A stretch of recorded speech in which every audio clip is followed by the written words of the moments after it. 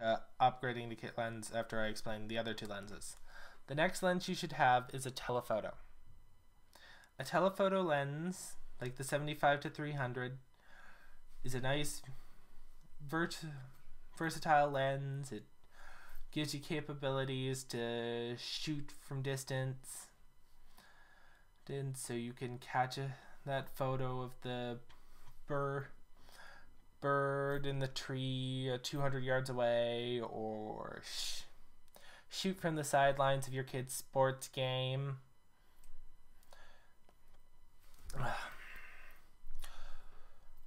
It's a really nice lens to have. The next lens I recommend and is a fixed focus lens. The 50mm is the best there is.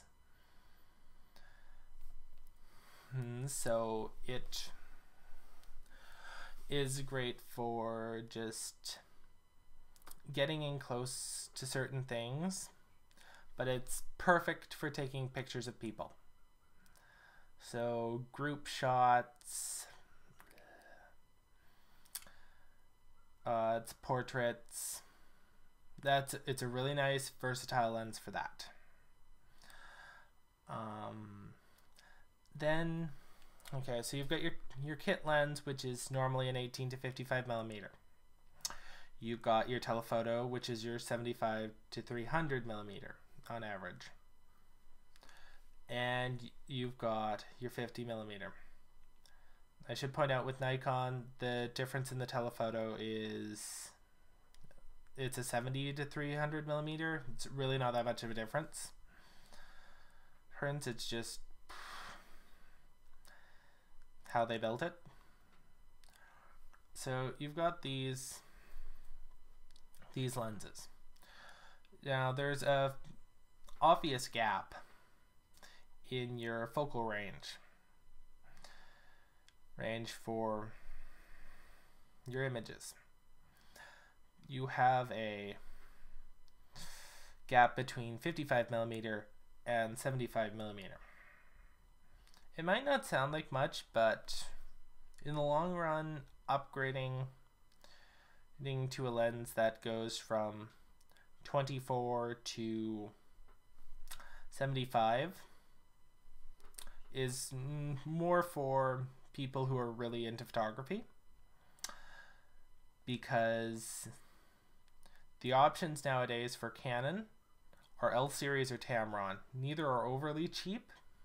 Tamron's 24 to 75 has dropped in price dramatically over the years. When I bought mine, they were $800. Now I think they hover under $500.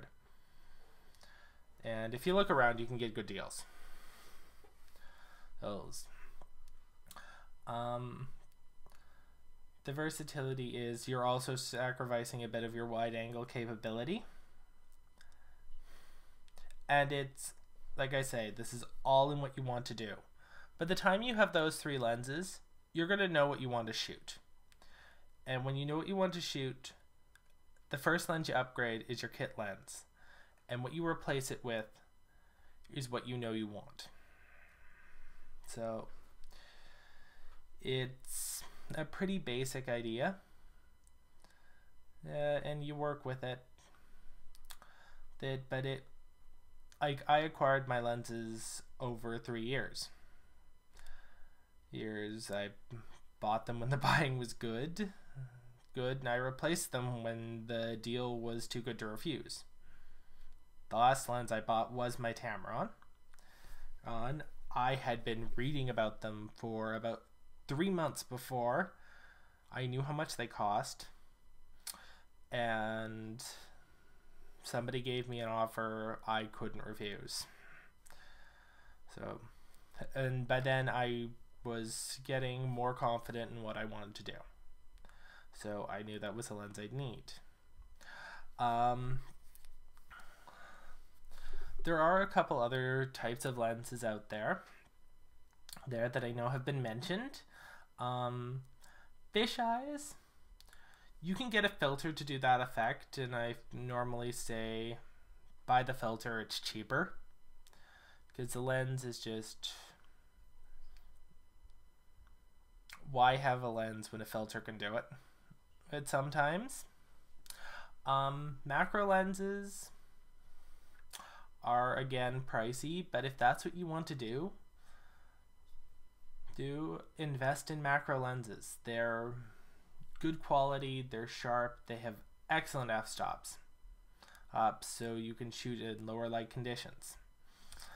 The other type of lens that I will talk about is the tilt shift. And for any of you who remember the great big bellows cameras, the ones where you wore the sheet over your head, had the good old 4x5s. The tilt shift is the digital equivalent to that. Tilt shift lenses work with full frame cameras, and the point of them is so that we can correct distortion caused by a camera.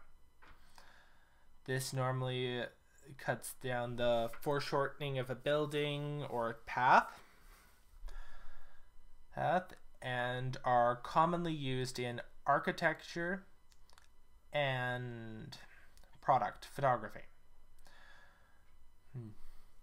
These lenses are one I'd highly recommend. If you even consider buying one, find one to try out first and try it out for at least a week, because they are finicky to get used to.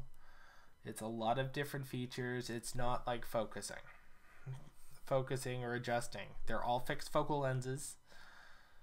If I remember correctly, I think it's 24, 55, and 90 millimeter. Don't quote me 100% on it. I know there's a 90 millimeter. I know there's something in the 50 range, and I know there's something in the 20 range. So those are the standard tilt shifts. And again, I highly recommend, if anyone considers it, you have to try it out first, because they're a lot of money, and selling them not as easy as you'd think, because there's not a lot of demand for them. The final question I've got from the Facebook group is action shots. I kind of find this question a little vague on, like, what do you mean by action shots? I'm going to answer this to the best of what I think you're meaning. I think there's another meaning to it, and if you explain it to me better, like what you're after, I will go and see if I can make a video for it. Action shots, I'm going to refer to sports. Good old sports. Alright, so the rule is with sports, none of them are staying still. So telephoto lenses are your best bet, because depending on what you're shooting, you can get really hurt. Football, hockey, those normal lenses, you're not going to get close enough. With a telephoto lens, you're doing better. Tips for action shots are a higher ISO, a fast shutter speed. 125 would be your slowest. Go about 250, maybe 500. It's all in experimentation. Like I'm a product photographer. My stuff sits still, so it's not my experience. But higher ISO, fast shutter speed, wide f-stop. You want it around 5.6 or f8. 8 and probably 400 to 800 ISO, depending on if it's indoors. You might have to push to 1000. It's indoors, but 400 to 800. 125 to about 400 for outside. It's all in depending on, again, how fast your subject moves, what what your lighting conditions are. Like, I can't give you exact numbers easily. If I were sitting out on a soccer field and it was a bright sunny day and I had my camera and could do a quick shot of my own to make sure my numbers were correct, I could rumble them off easily. But settings are part of your action shot. My other recommendation is to have your camera set to multiple images, so it will take more than one shot. What else could you... For camera settings, that's about it. The rest, and this is what I said, and I've said it before to a lot of people who've always had the question: shoot what you know. It's a great term that you're going to get better results. Well, if you know hockey, you're going to be able to anticipate what the players are going to do. If you know football, you're going to know where they're going, roughly.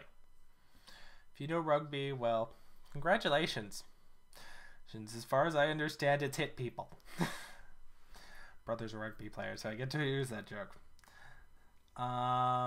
If you know swimming, well, they kind of go in straight lines for competitive swimming, so it's really easy to kind of just pick an end of the lane and just know when they're going to surface. But like, knowing the sport you're shooting in action shots is going to really help you, because you're going to be able to see something coming down the field and have your lens primed and, okay, in about 10 seconds these guys are going to be here, and yeah, I can hit the shutter and it will do a 3-shot burst and you're going to get hopefully one good shot. Action shots, they say the average for a person is shooting 100 shots and getting one good one. That's the average person. Personally, I like to think that you get 5 out of 100 shots that are good. One might be exceptional.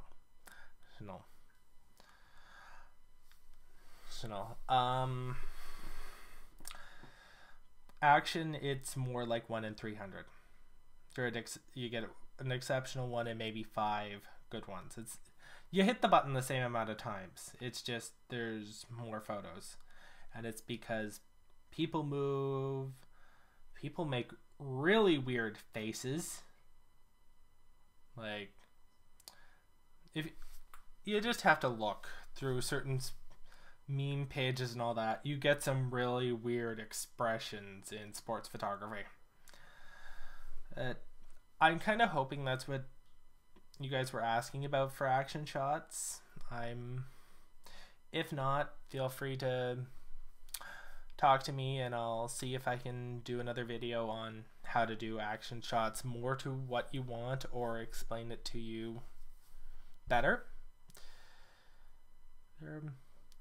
I'll see about this weekend how my time goes. I might do a portrait tutorial video. Well, anyway, sorry class got canceled today because of the weather. Everyone stay safe, stay warm. Hopefully your power doesn't go out and all that. See you next Wednesday. Have a good week.